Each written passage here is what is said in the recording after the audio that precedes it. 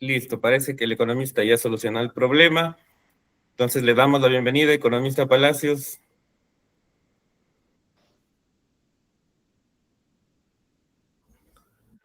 Hola, José, ¿cómo estás? ¿Me pueden escuchar bien?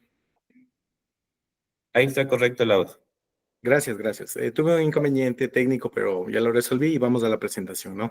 Estoy muy emocionado por hacer esta presentación sobre la situación de la deuda pública en el Ecuador, ya que es un tema muy importante que de pronto no se toca a profundidad en los medios de comunicación.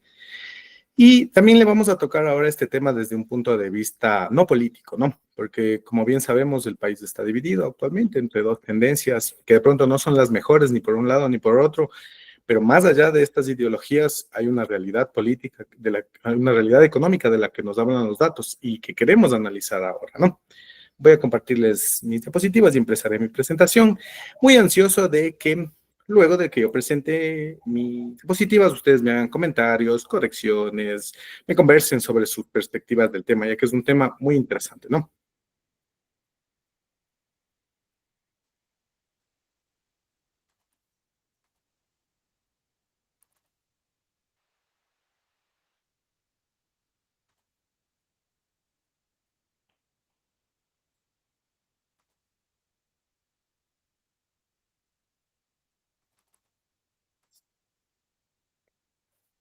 Denme un ratito, les puedo compartir.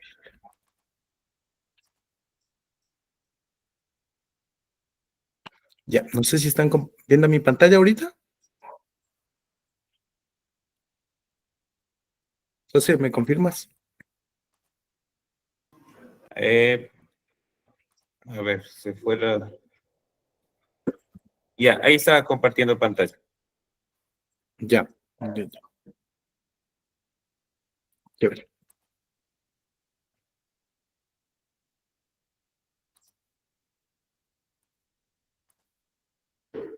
No sé si tal vez ahí ven mis diapositivas que les estoy compartiendo. Sí, ahí está bien. Ya, voy a empezar, ¿no? Como les dije, ansioso de que después de ustedes me den sus opiniones sobre el tema que vamos a tratar, ya que es muy importante, ¿no? La charla que les voy a dar ahora va en torno a la situación de la deuda pública en el Ecuador en 2025. La deuda pública ha sido un tema altamente relevante en el Ecuador, ya que nosotros, si bien recuerdan, antes de todo este problema con Correa, que fue un gobierno más o menos, estos gobiernos de Moreno, Lazo y Noboa, que también están haciendo las cosas no tan bien, siempre nosotros tuvimos el paradigma de un país endeudado, ¿no? El paradigma de un país endeudado que no podía salir adelante.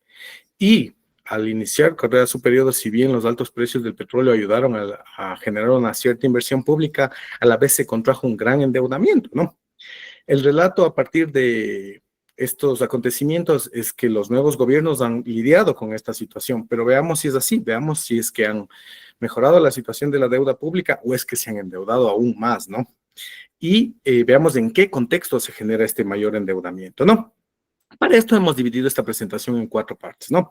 Primero vamos a hablar de la situación macroeconómica del país, luego pasaremos a hablar un poco de la evolución de la deuda pública, tanto interna como externa, los pagos que se tienen que hacer a esta deuda pública. Por otro lado, hablaremos de la situación del riesgo país, que es un indicador clave para la construcción de las políticas públicas que actualmente se llevan a cabo, ¿no? Y que explica por qué otros sectores se dejan abandonados, ¿no? Y por último, hablaremos un poco de las perspectivas que se espera en el país en base a esta situación de la deuda pública, ¿no? Primero, para presentarme un poco, yo soy el economista Cristian Palacios, soy economista por la Universidad Técnica de Ambato, máster en Economía Internacional por la Universidad Internacional de La Rioja, soy docente en Estadística y Econometría, especialista en investigación de mercados, revisor de algunas revistas indexadas, pero funjo principalmente como consultor económico, ya que tengo una consultora que ayuda a hacer estudios de mercado, investigaciones de mercado, proyectos financieros y todo tipo de consultoría económica para empresas y así también análisis de datos para otros docentes que también trabajan con investigaciones, ¿no? Mis áreas principales de trabajo son el desempeño macroeconómico, la política monetaria y financiera y las estrategias empresariales. Dentro de las últimas contribuciones que tengo, aquí están una serie de artículos de análisis económico que he realizado, mi última publicación indexada, donde trabajo sobre el tema de la concentración de la riqueza, y un podcast que tenemos de economía y negocios aquí en la ciudad de Ambato, de donde yo soy oriundo, con el economista y ex concejal John Tello, ¿no? Para empezar con mi intervención, quiero traerles una frase muy a propósito de nuestro tema, ¿no? Que es de Joseph Schumpeter. Dice, la intervención del mercado en la economía debe ser cuidadosa, ya que puede sofocar el espíritu emprendedor y la innovación empresarial. Y esta frase está muy de acuerdo a lo que vamos a ver, porque a lo largo de lo que veremos de la evolución de ciertos indicadores económicos, podemos ver que el Estado siempre es el Estado y los gobiernos siempre están tomando decisiones económicas que perjudican a la economía. Están interviniendo de una manera errónea, sofocando el natural rumbo de los mercados hacia generar bienestar. Y esto es lo que está causando problemas, ¿no? Y esto es lo que está causando problemas. No solo de un lado, de los gobiernos de izquierda, sino también de los gobiernos de derecha, ¿no? Entonces, hay que hacer una evaluación bien puntual de estas dos corrientes y ver que las dos, en su participación en la economía, están generando problemas y no están solucionando nada, ¿no? Primero, un poco hablemos de la situación macroeconómica del país. Y para esto preguntémonos cómo ha evolucionado la economía del país en los últimos años.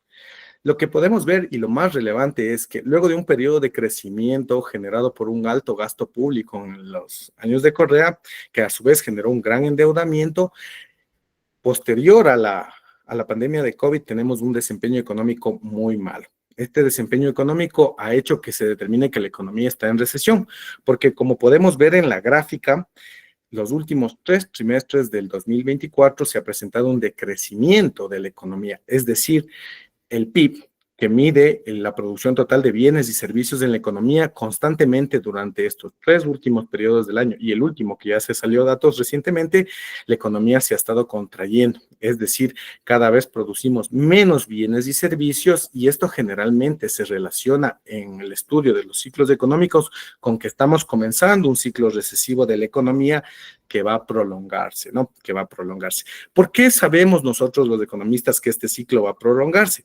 Por otros indicadores que analizamos, ¿no? Porque sabemos a la par que el consumo está cayendo, las familias tienen cada vez menos dinero. La inversión empresarial también está cayendo porque las empresas están guardando sus recursos y no están invirtiendo. A la vez hay menos inversión extranjera directa.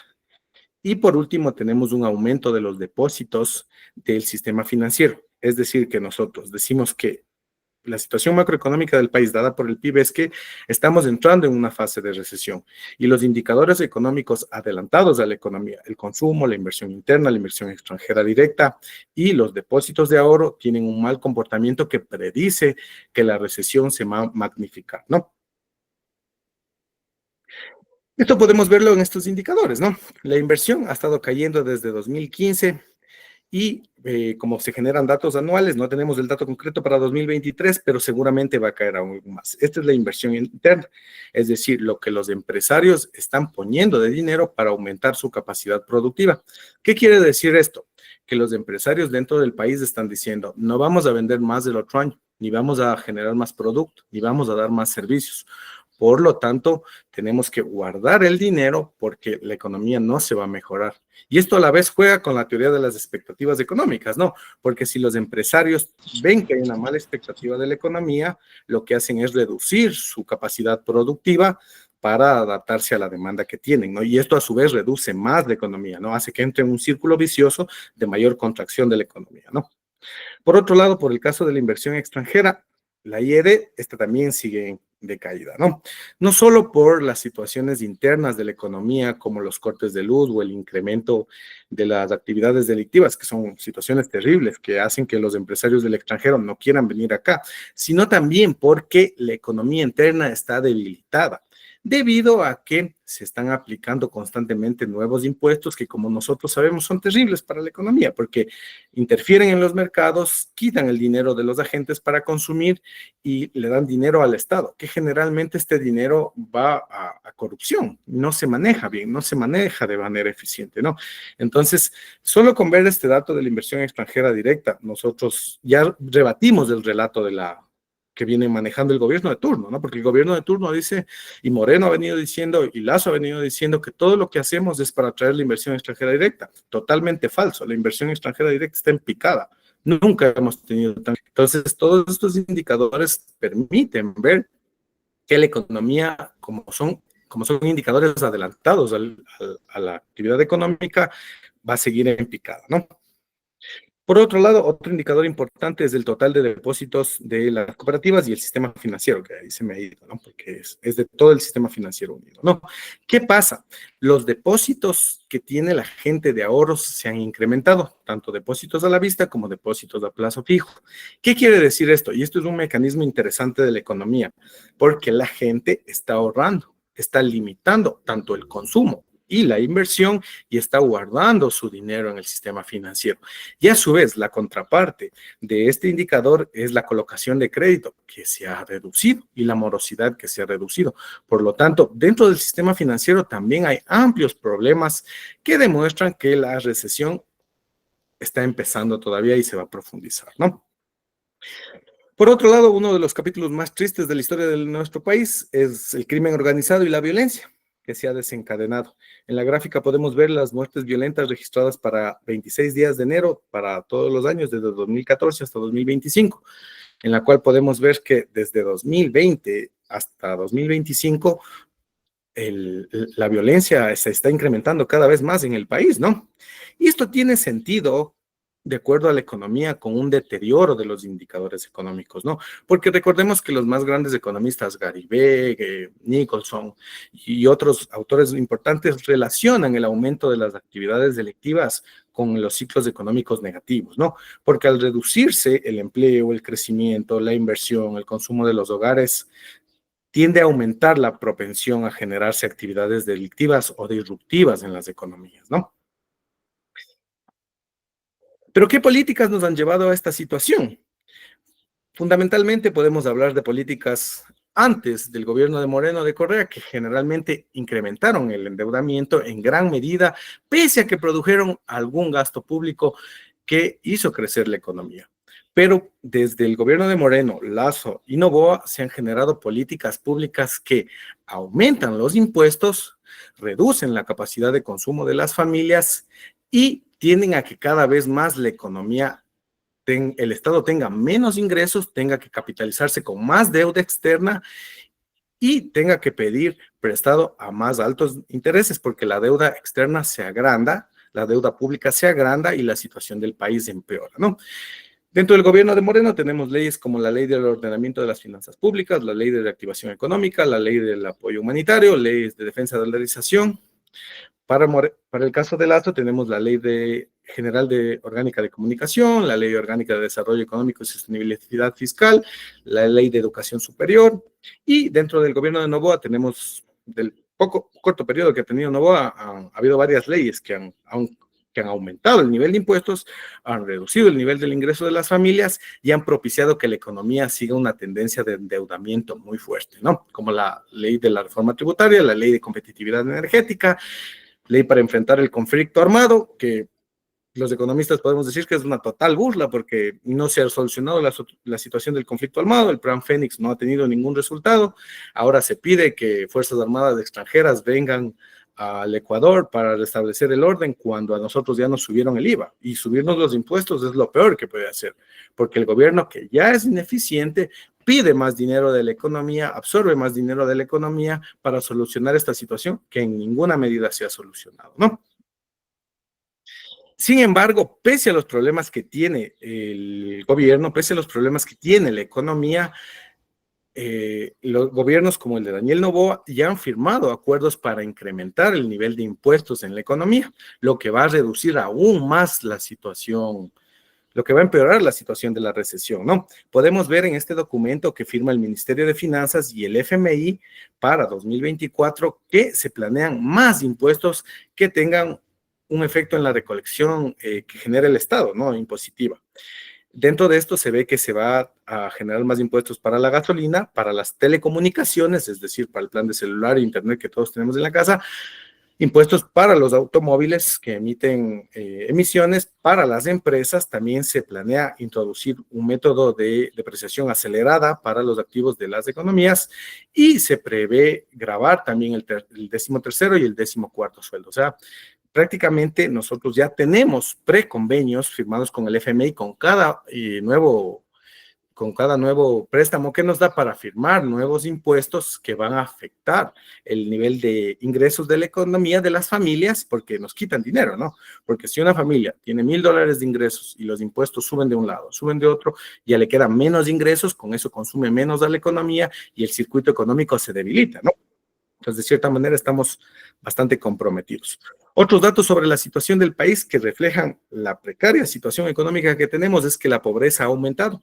Para 2025, 5.2 millones de personas están en la pobreza y 2.3 millones de personas están en la pobreza extrema. Esto refleja la precariedad de la situación económica del país. Por otro lado, la informalidad y el subempleo han subido. La informalidad alcanza el 58% de la población económicamente activa y el subempleo el 24.4% de los trabajadores. Situaciones totalmente desastrosas para la economía que nos dejan ver que si bien el gobierno de Correa tuvo errores, hubo problemas de corrupción, sus opositores lo están haciendo aún peor, ¿no? Lo están haciendo aún peor. Y esto no es un relato económico, ¿no? Esto es realidad de datos, ¿no? Por otro lado, tenemos la mayor tasa de inseguridad. 2024 acabó con una tasa de 38.8 homicidios por cada 10,000 habitantes, la más alta de Latinoamérica. Y se estima que para 2024 se perdieron 263,000 empleos. En gran medida, estos también por la situación de los cortes energéticos, ¿no? Hubo un decrecimiento del PIB del 7% para 2024 y a su vez una menor inversión extranjera. Pero esta situación, ¿cómo se relaciona a la evolución de la deuda pública? Que es el segundo punto que nosotros debemos tratar, ¿no?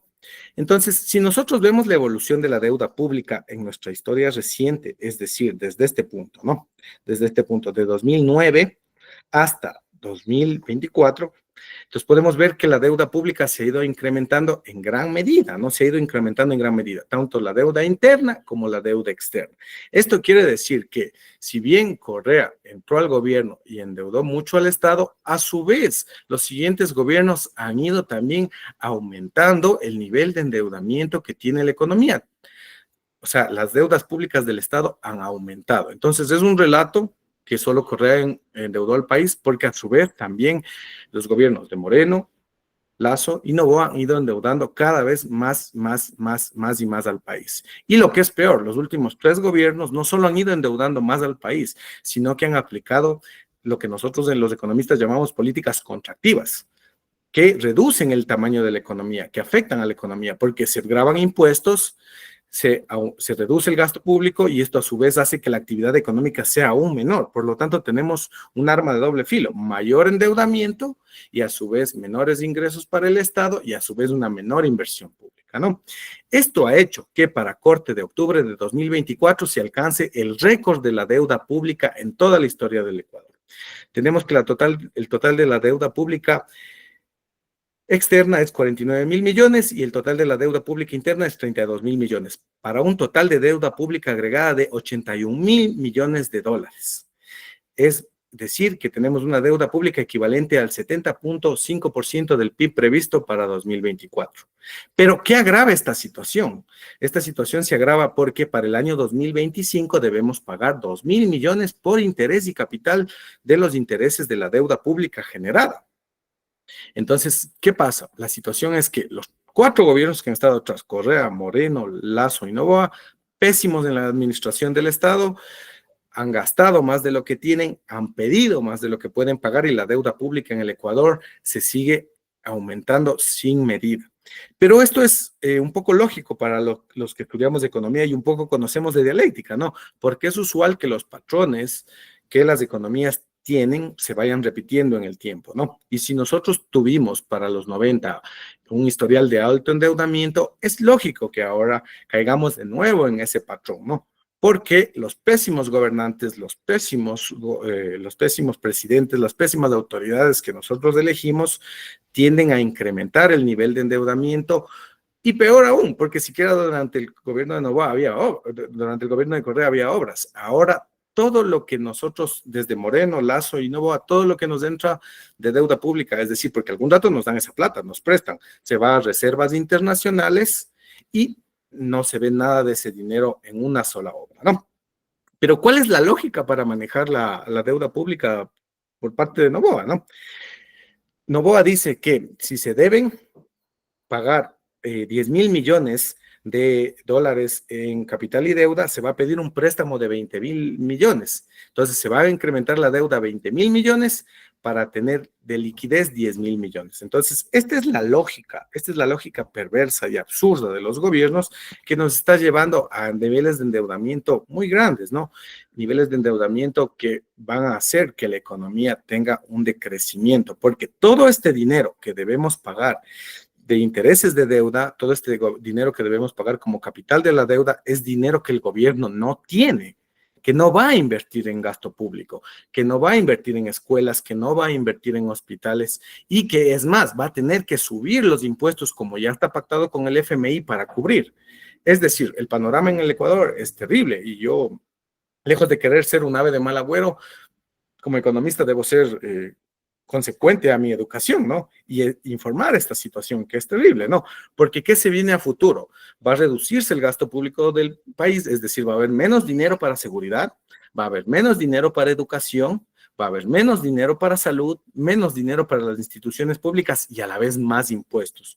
Entonces, si ustedes me atendieron un poco, esto no es que solo nos quitan dinero para 2025 del presupuesto público para pagar el endeudamiento, sino que a su vez esto entra en un círculo vicioso en la economía que va reduciendo el nivel de actividad económica, porque va quitándole dinero a las familias, va haciendo que los empresarios inviertan menos, a su vez reduce la actividad económica, aumenta el crimen, se reduce también la inversión extranjera directa. Entonces es un círculo negativo que sale de la mala gestión de estos últimos 4 gobiernos, ¿no?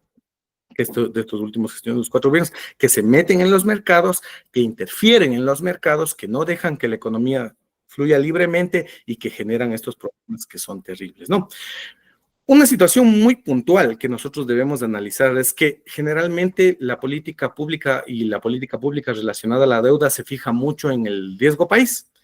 Siempre están hablándonos del riesgo país, y nos hablan de que el riesgo país debe estar bien para nosotros, pero esto no necesariamente es real, porque el riesgo país es una medida que ha servido y que sirve para los tenedores de la deuda pública, para que ellos puedan negociar de mejor manera con la deuda que nosotros tenemos. Es decir, que un riesgo país bajo les afecta a ellos. Entonces, ¿qué quiere decir esto? Que a un menor riesgo país, ellos están peor, y a un mayor, o sea, el riesgo país les sirve a ellos, ¿no? El riesgo país es una medida que a ellos les sirve para sacar réditos de la deuda del país que tienen, pero no necesariamente beneficia al país, porque lo que podemos ver es que todos los gobiernos que tenemos están en un sistema donde tratan de endeudar más al país, y se puede decir, y hay literatura al respecto, de que hay vínculos claros, de que los tenedores de deuda, que son los bancos internos del país y el FMI, tratan de pactar con los gobiernos de turno para tener el riesgo país bajo y que ellos se beneficien. Entonces, puntualmente, cuando nosotros oímos que hay políticas para bajar el riesgo país, esto no nos va a beneficiar en nada. Esto no nos va a beneficiar en nada, solo les beneficia a los tenedores de deuda. Y mientras más siga este esquema de endeudamiento, bajo riesgo país, nos siguen metiendo en este esquema que teníamos en los 90, ¿no? De llegar a un punto donde vamos a decir la deuda es impagable, el país está en quiebra, todo esto, ¿no? Pero son por políticas que ellos mismos aplican, ¿no? Por último, ¿qué se puede esperar del futuro del país, no? Yo trabajo como consultor económico, muchos de mis trabajos se relacionan a establecer cuál va a ser el comportamiento de los mercados. Obvio, no todos los sectores económicos van a estar en declive, sectores como el tratamiento geriátrico, las mascotas, el fitness, el análisis de datos van a estar en auge, pero la mayoría de sectores económicos van a estar en problemas, porque se espera que a futuro el Estado entre en niveles más altos de endeudamiento, lo que permitirá que se propongan refinanciaciones de deuda que a su vez nos impongan políticas de austeridad más graves. ¿Esto qué quiere decir? Lo que hemos venido viviendo desde Moreno, Lasso y Noboa, ¿no? Van a decir que el país está muy endeudado, que nos van a hacer un préstamo ya de última instancia y que para este préstamo que nos den, las finanzas públicas deben estabilizarse. Es decir, van a aumentar los impuestos y esto a su vez va a generar más problemas en la economía, ¿no? Por esto mismo se prevé también que haya una reducción del gasto público y un aumento de los impuestos. Por lo tanto, a futuro, no hay que esperar que el gobierno nos dé servicios de seguridad, salud y educación. cada vez esto va a deteriorarse más, ¿no? Y va a haber un aumento de los impuestos. Como vimos ya con lo pactado con el FMI y el Ministerio de Finanzas, esto va a aumentar puntualmente sectores clave que quieran aumentar, ¿no? Grabar el 14º, el 13º sueldo, a su vez quieren grabar los servicios de Internet, que son muy comunes y que ahora todos usamos, los impuestos verdes para las empresas y los comunes, y sobre todo en los vehículos, ¿no? ¿Qué más se espera? Se espera asimismo que estas políticas también estén ligadas a la reducción de salarios reales y a la flexibilización laboral, ¿no? Porque se espera que se apliquen esquemas de libre mercado que beneficien más a la empresa, ¿no? Esto sería bueno. Sin embargo, no hay que esperar mucho de las derechas del Ecuador porque son derechas ineficientes, que son igual de corruptas que la izquierda, ¿no? Espero que les haya gustado mi participación. Espero que me den sus comentarios, sus réplicas, sus correcciones. Es lo que humildemente les puedo compartir al ser ustedes un grupo muy diverso, ¿no? Donde hay gente que está en todos los ámbitos, ¿no? Espero muy atentamente todas sus participaciones, ¿no? No sé si, José, tú les das paso o yo les debo dar paso. Sí, aquí tenía algo, parece. El chat. Por ahí veo una manita levantada.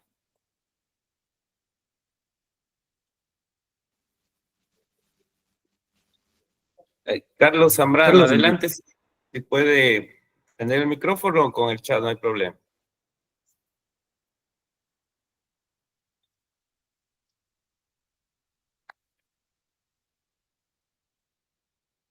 Carlos, si estás hablando, por lo menos yo no te escucho.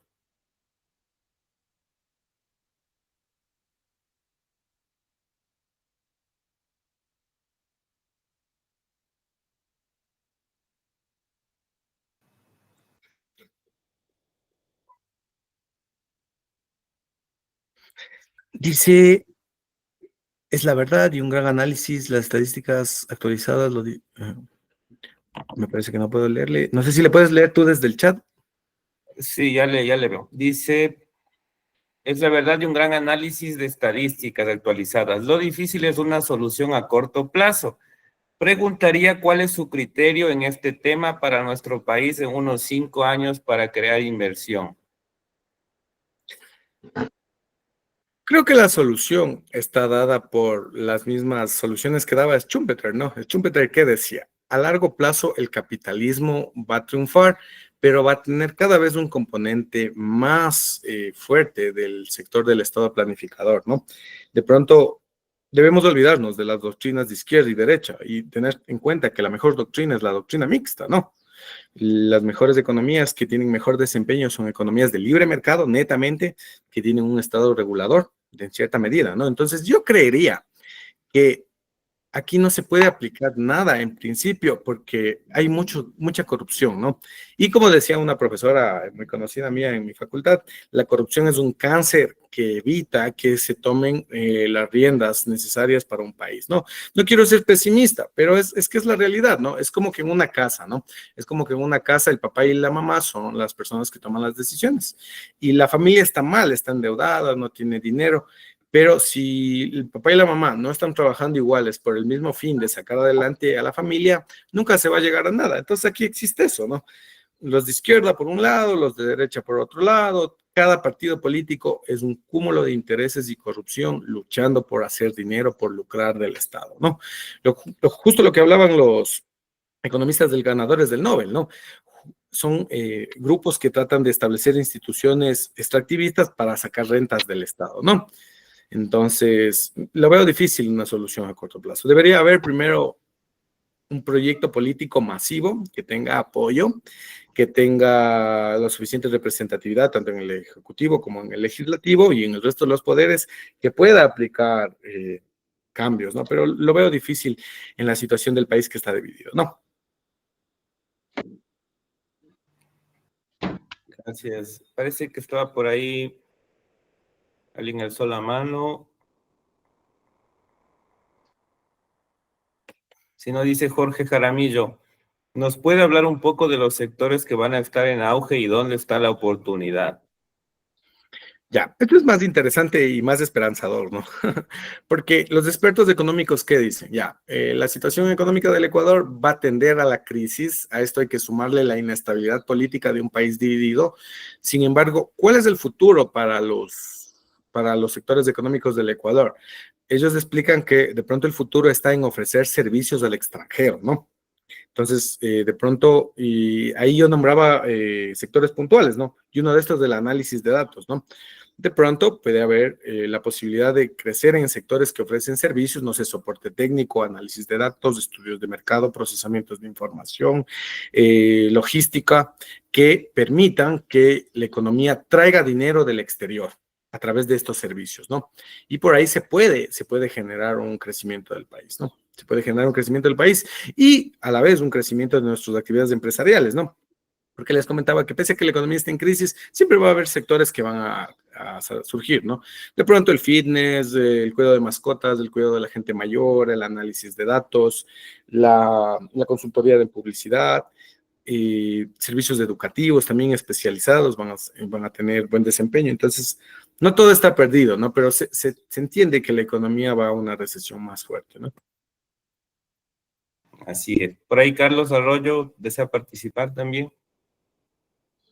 Bueno, mi estimado economista, buenas noches. Entendiendo desde el punto de vista incluso del análisis que nos acaba de dar,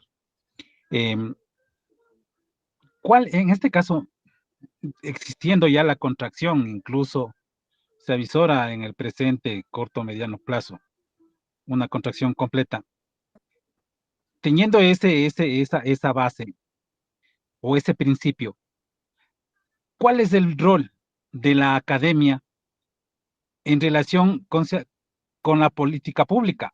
¿Cuál es el aporte que haría la academia o necesita en sí el Estado para soportar y poder, en este caso, corregir la dirección del barco? O sea, la dirección del endeudamiento, nos dice, ¿no? Desde ese punto yo tengo una opinión bastante controvertida que yo te voy a explicar, ¿no? De pronto en la academia también la situación de la corrupción también es amplia, porque muchos de los estudios que ahora salen en las universidades y en los institutos tecnológicos y en los doctorados son ciencia basura. O sea, tú sacas porque debes sacar un paper, tú sacas porque debes sacar una investigación, tú sacas porque te piden para tu contrato, pero de pronto tú ni haces, porque hay organizaciones que se dedican a hacer papers por vos. Entonces, no es que el docente universitario ahora sea una lumbrera de persona que sabe mucho y que da excelentes clases y que analiza la economía, sino es otra persona más que de pronto está inmiscuida en todo esto de la corrupción, no a un nivel político, sino a un nivel de no hacer lo que se debe hacer, ¿no? En otro lado, también cuando hay investigadores serios que tratan de analizar la situación del Ecuador, puede que no estén en la academia, ¿no? Y puede que nunca se les dé paso, ¿no? Yo mismo, por ejemplo, trato de tener un discurso de centro, porque de pronto lo que digo es muy controversial, ¿no? Pero ¿y si es la verdad? Pero ¿y si es la verdad y yo no puedo hablar de esto? ¿Qué papel tiene la academia? Si investigas bien, nadie vas a ser disruptivo, puedes ponerte en peligro tú mismo. Y si investigas mal, lo que tú generes no tiene valor. Entonces, es bastante complejo esta situación, ¿no? Pero de pronto yo sí investigo con ánimo de que las cosas se sepan, ¿no? De informar. Pero lo que pasa es que existe todo un ejército de medios de comunicación pagados que te hablan del discurso del gobierno, ¿no? Que te hablan del discurso del gobierno. Entonces, por ejemplo, ahora nos venden que Correa es la persona que nos endeudó muchísimo y que los últimos 3 gobiernos han estado tratando de lidiar con ese endeudamiento, ¿no? Falso, se han endeudado más y con cero obra pública, ¿no?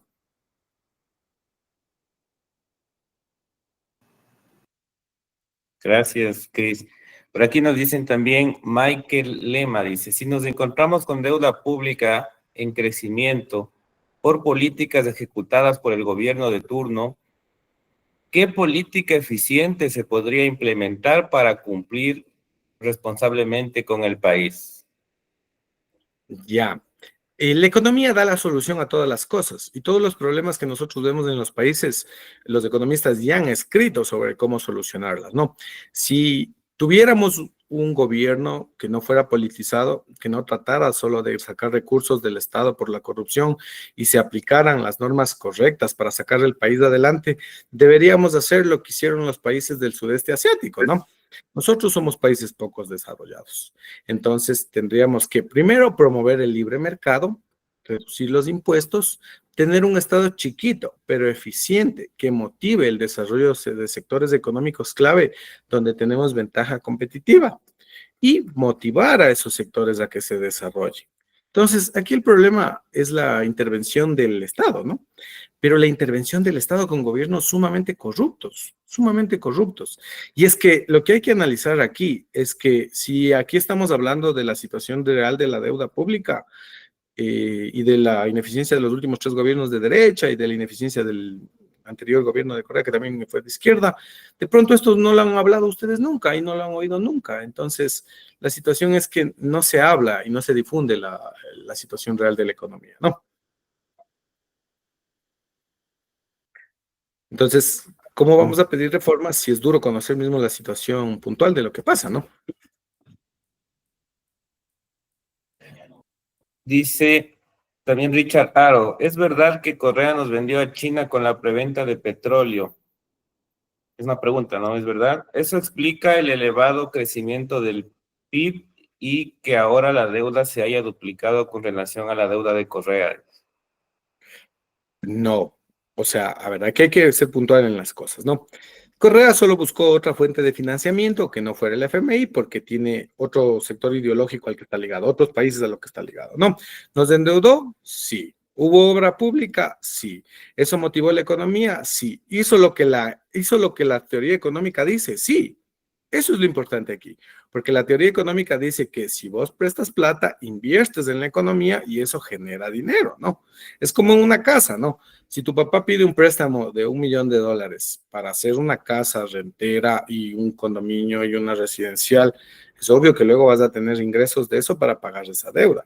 Pero si, ¿qué hacen ahora los nuevos gobiernos? Los nuevos gobiernos que están ligados con el FMI, que es la fuente de financiamiento tradicional, el FMI te dice, chévere, te presté $1 millón y ese $1 millón debes guardarle en tus reservas internacionales para fortalecer tu situación fiscal y no invertir en nada, no invertir en nada. Y yo muy puntualmente puedo decir que este es un esquema de corrupción internacional que solo beneficia a los tenedores de deuda.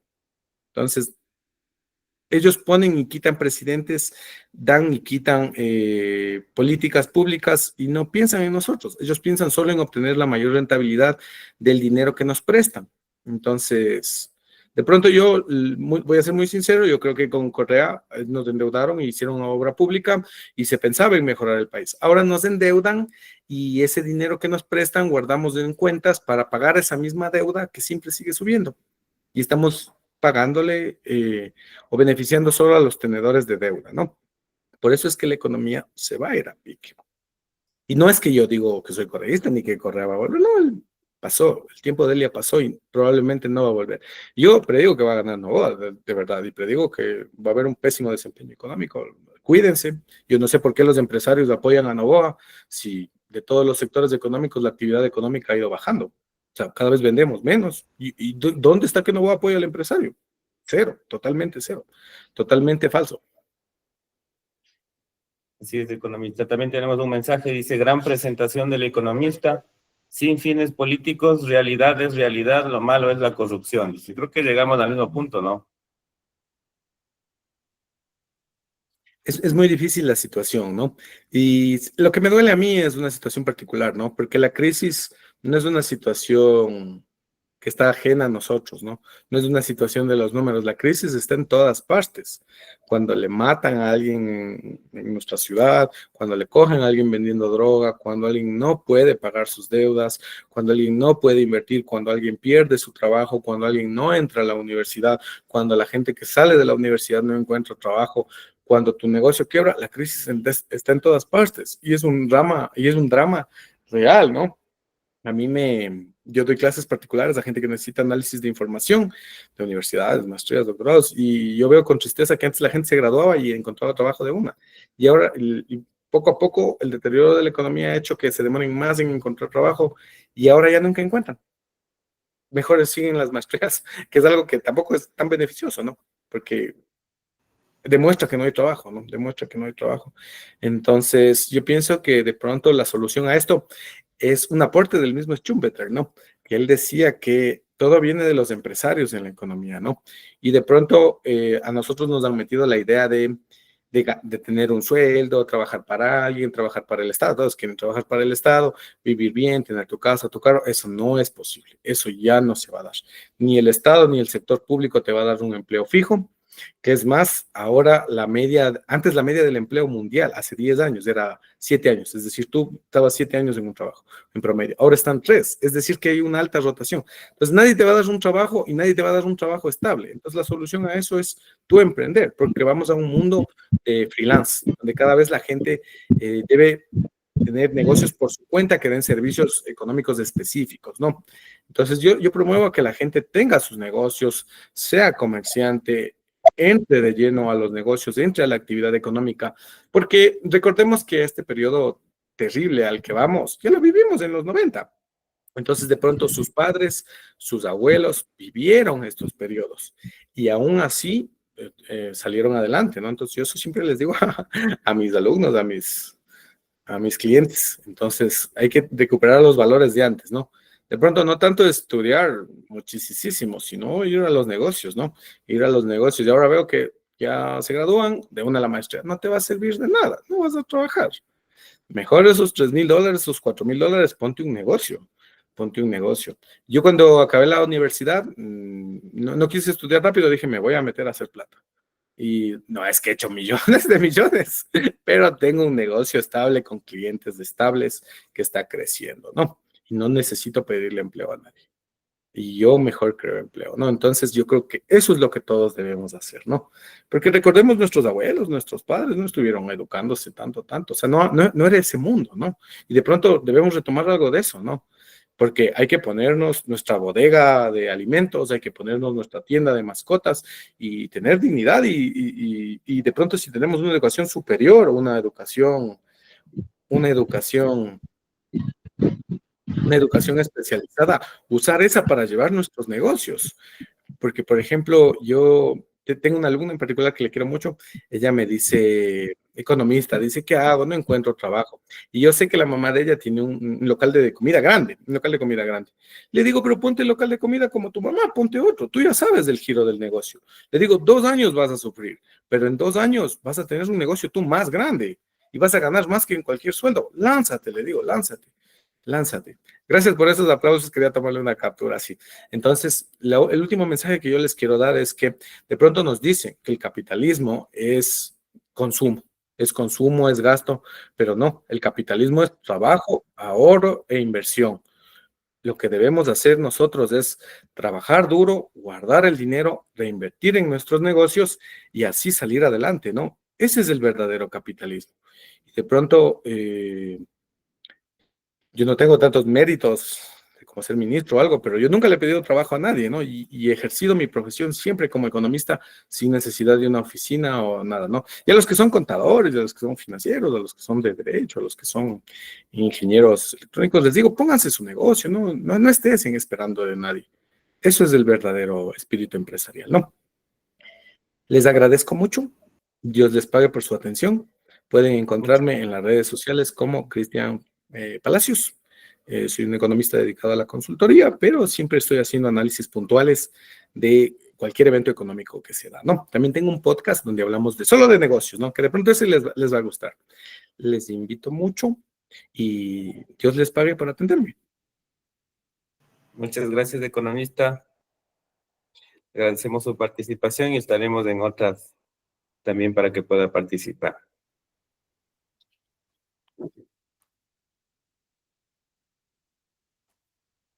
Gracias, José. Un gusto. Dios les pague por la invitación. Siempre estoy ahí para lo que necesiten.